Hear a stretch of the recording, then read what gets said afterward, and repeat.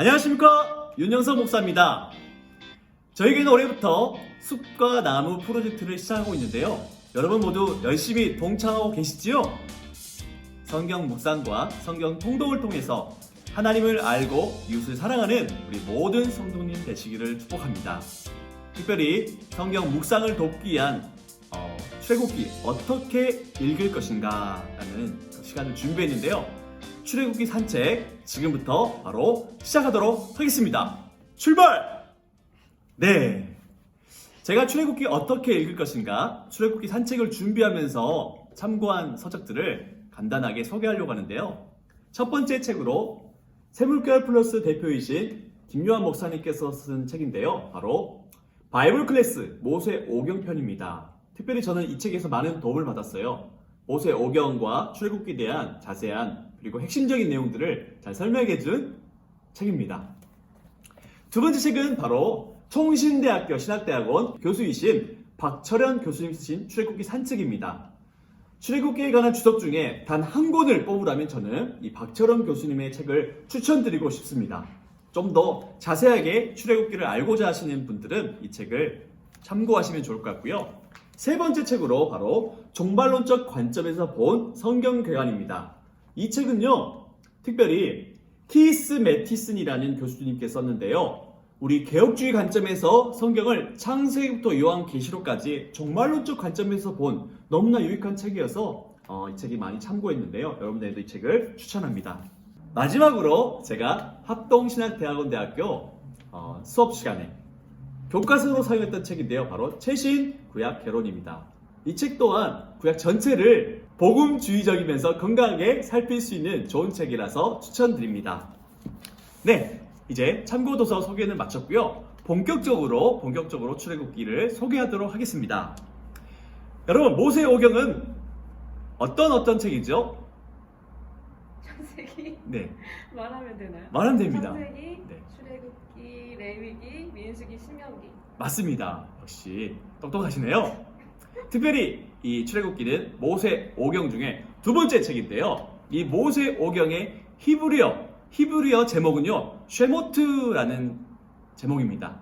이 뜻은 이름들이라는 뜻인데요. 왜 이름들이라는 이름을 붙였을까요? 그것은 바로 출애굽기 1장 1절이 그리고 이름들은 이러하니라 라고 시작하기 때문입니다.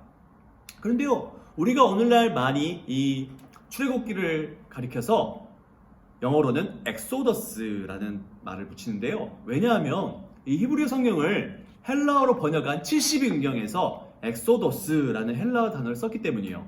이 엑소더스라는 뜻은 탈출, 나감이라는 뜻입니다.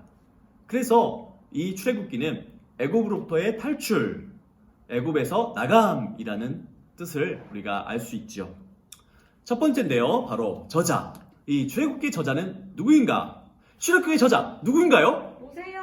네, 모세입니다. 어렸을 때 조기교육을 잘 받으신 것 같습니다. 출애굽기 자체에서 모세가 바로 이 출애굽기의 저자라는 사실을 우리에게 많이 알려주는데요. 출애굽기 17장 14절에 이렇게 나와 있어요. 여호와께서 모세에게 이르시되 이것을 책에 기록하여 기념하게 하라.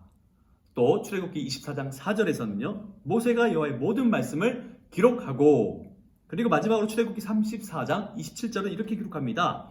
여호와께서 모세에게 이르시되 너는 이 말들을 기록하라. 그래서 이 성경 말씀, 출애굽기 자체의 증거를 통해서 우리는 출애굽기가 바로 모세가 저자임을 알 수 있지요. 그런데 많은 사람들은 이 모세가 출애굽기 저자가 아니라고 주장하는 사람들이 많아요. 왜냐하면 모세의 죽음 이후 모세 사후의 기록들도 포함되어 있기 때문이죠. 그런데 우리가 무엇을 알 수 있나요? 모세가 하나님으로부터 받은 많은 말씀들, 직접 경험한 말씀들을 기록하였고, 모세 이후에, 모세 사후에 추가적으로 여러 가지 내용들이 추가됨으로써 우리에게 주어진 지금 출애굽기가 완성됐다는 사실을 우리가 알 수 있는 것이지요. 두 번째, 출애굽 언제 했는가? 출애굽의 연대에 대한 이야기입니다. 많은 학자들은 출애굽 시기, 연대에 대한 많은 의견들, 논쟁들이 여전히 진행되고 있는데요. 오늘 특별히 가장 큰 주요한 두 가지 주장에 대해서 여러분들에게 소개하고자 합니다. 첫 번째 출애굽 연대의 주장은요, 출애굽 전기 연대설입니다. 이것은 무엇이냐면요. 출애굽 사건이 기원전 15세기에 이른 시기에 있었다라고 하는 주장입니다. 이렇게 주장하는 근거가 바로 성경이 있는데요. 열왕기상 6장에 따르면 솔로몬의 성전을 건축한 것이 이스라엘 자손이 애굽 땅에서 나온 지 480년 때라고 말합니다. 그리고 솔로몬이 이스라엘 왕이 된 지 4년이라고 말합니다. 그런데 여러분, 솔로몬의 주기 4년은요, 바로 기원전 966년이에요. 거기에다가 480년을 더하면 기원전 1446년이 됐죠. 그래서 기원전 15세기가 됩니다. 또 다른 성경에 대한 근거가 있는데 바로 사사기인데요. 사사기 기록에 따르면 사사기 11장 26절인데요. 사사 입다가 암몬 왕에게 이렇게 말해요. 이스라엘이 모든 성읍에 거주한 지 300년이다 라고 말합니다. 그런데 사사 입다는 기원전 1100년경에 활동했어요. 1100년에다 300년을 더하면 1400년이 되지요. 여기에 광야에서 40년을 방황한 시간을 더하면 1440년경이 돼서 출애굽 시기 연대가 바로 기원전 15세기라는 것을 우리가 알 수 있죠. 또한 사사들의 활동들을 다 더해보면 최소한 250년이라는 시간이 필요하다고 합니다. 그래서 그런 시간이 필요하려면 기원전 15세기가 되어야 한다고 주장하는 것이죠. 또한 모세는요, 이스라엘을 억압했던 바로가 살아있는 동안 미디안 광야에서 40년이라는 시간을 보냈는데요. 그 이집트의 바로 왕들 가운데 40년 이상 통치한 왕이요, 딱 2명밖에 없어요. 한 왕은 15세기에 활동했던 투투모세 3세고요. 또 한 왕은 13세기에 활동했던 람세스 3세입니다. 람세스 2세네요. 그래서 이 두 가지 주장이 팽배하게 지금 맞서고 있는 것이죠. 두 번째, 출애굽기 연대 시기에 대한 주장인데 바로 출애굽 후기 연대설입니다. 이것은 바로 출애굽이 바로 기원전 13세기에 있었다라는 주장입니다. 이들도 성경을 토대로 얘기를 합니다. 아까 말씀드렸던 열왕기상 6장 솔로몬 왕에 대한 이야기죠. 그런데 솔로몬 왕이 즉위한 게 바로 출애굽한 지 480년이 됐다고 말했잖아요. 그런데 이 사람들의 주장은 이 480년이 실질적인 480년이 아니라 상징적인 숫자였다라는 거예요.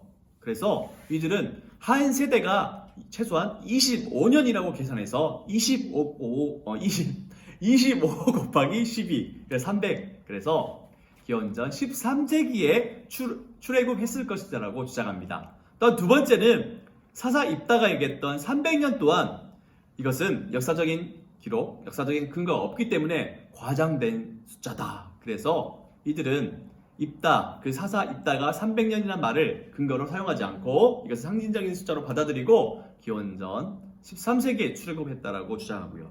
또 하나, 사사들의 활동이 최소한 250년 이상 필요하다라고 긴 연대를 주장했던 사람들이 주장해 있는데요. 이들은 아니다. 사사들의 활동이 겹치는 게 많았다. 그래서 250년 이상 필요하지 않다. 그렇기 때문에 기원전 13세기에 출애굽했다고 하는 사실도 무방하다. 그 주장은 무방하다라고 말하는 것이죠.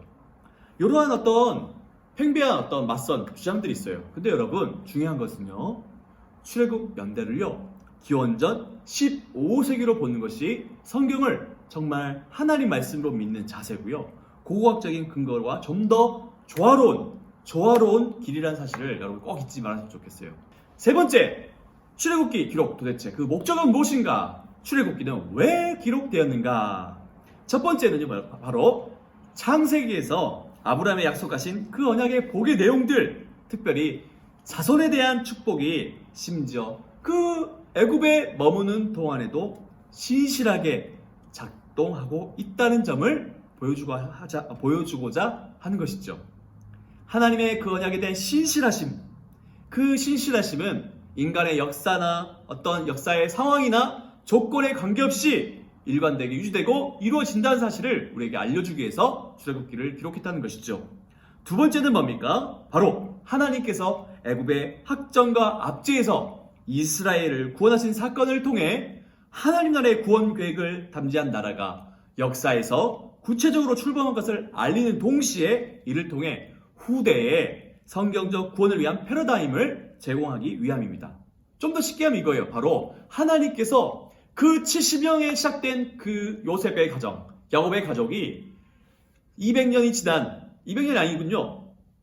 400년이 지난 시기가 됐을 때 어떻게 됐다고요? 약 200만 명이 되는 하나님께서 계획하신 그대로, 목적하신 그대로 한 민족이 이루어지는 하나님 나라가 시작된 사실을 출애굽을 통해서 우리에게 알려주시는 것이죠. 또 마지막은 하나님께서 시내산에서 이스라엘에게 성막을 건축하게 하심으로 이스라엘이 바로 하나님의 다시 이 땅의 회복을 위한 실행자로서 부름받았다는 사실을 우리에게 알려주기 위함입니다. 이상으로 출애굽기 어떻게 읽을 것인가, 출애굽기 산책 첫 번째 시간을 마무리하겠습니다. 우리 2부 출애굽기 산책 2부에서 다시 만나도록 하겠습니다. 감사합니다.